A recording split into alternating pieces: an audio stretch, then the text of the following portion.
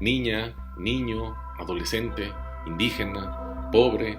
Desafortunadamente, estas categorías han ido hilando una realidad que se vive no solo en México, sino en toda América Latina. Y es que en América Latina hay más de 670 pueblos indígenas con gran diversidad demográfica, cultural, sociopolítica, pero que desafortunadamente también comparten la misma discriminación estructural, y esto se traduce en mayores niveles de pobreza y de exclusión social. Este contexto desfavorable desafortunadamente afecta también de manera directa y grave a la niñez. Esto sin duda es una grave violación a sus derechos humanos. Por citar un ejemplo, la privación al acceso a la educación, a la salud o a la vivienda es 3 veces mayor que al resto de los niños. De ahí que la consideración de los derechos humanos bajo estos principios rectores de universalidad, interdependencia, indivisibilidad y progresividad, sumado con el de igualdad de las personas, es que hoy hemos decidido hablar de este principio tan importante que es el interés superior de la niñez, enfocado de manera específica en las niñas y niños que pertenecen a una comunidad indígena. Recordemos que la Convención sobre los Derechos de la Niñez los define de la siguiente manera: se entiende por niño todo ser humano menor de 18 años de edad, salvo que, en virtud de la ley que le sea aplicable, haya alcanzado antes la mayoría de edad. Entonces, ¿en qué consiste el principio del interés superior de la niñez? Para esto vamos a remitirnos a lo que ha pronunciado la Corte Interamericana de Derechos Humanos, que cito textualmente: el interés superior de la niñez implica que el desarrollo de las niñas, niños y adolescentes en el pleno ejercicio de sus derechos, y esto es algo muy relevante, deben ser considerados como criterios rectores para la elaboración de normas y aplicación de estas a todos los ordenamientos relativos a la vida de los niños.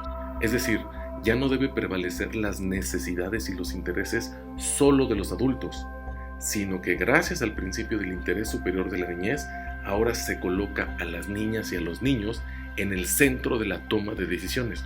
Hay que escucharlos, hay que ver qué opinan, qué piensan, sobre todo el impacto que se tiene en la toma de decisiones cuando afecta sus derechos. Así entonces las niñas, los niños y los adolescentes tienen derecho a satisfacer sus necesidades: alimentación, salud, educación, un sano esparcimiento para un desarrollo integral, protección a su integridad física, psicológica, moral e incluso espiritual. Cuando este principio lo aplicamos de manera específica a los niños y niñas que pertenecen a una comunidad indígena, es muy interesante porque este derecho se amplía, ya que la visión puede ser de dos maneras, tanto individual como de forma colectiva. Es individual porque implica que las autoridades deben velar por cubrir las necesidades de las niñas, niños y adolescentes que pertenecen a una comunidad indígena, no solo aplicándole las normas que existen en México,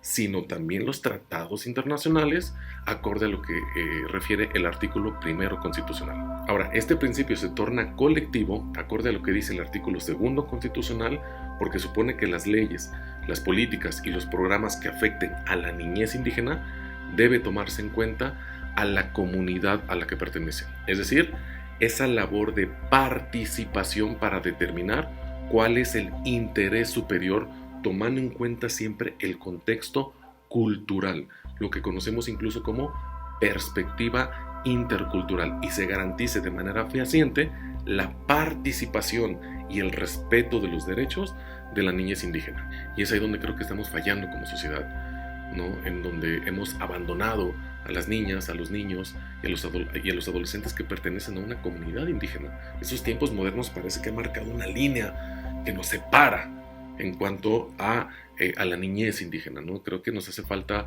aplicar unas palabras muy importantes, que es el respeto, la comprensión, pero sobre todo algo que es la tolerancia, ¿no? Lo que llamaría yo solidaridad social. El artículo 2 constitucional creo que es muy claro, en donde hoy en día se vela por el respeto a los derechos de las comunidades indígenas, pero no obstante es ahí donde no solo debemos demandarle al Estado la aplicación de estas normas, sino nosotros como sociedad también llevarlas a cabo día con día. En específico, insisto, en este sector tan vulnerable que son las niñas, los niños y los adolescentes que pertenecen a una comunidad indígena.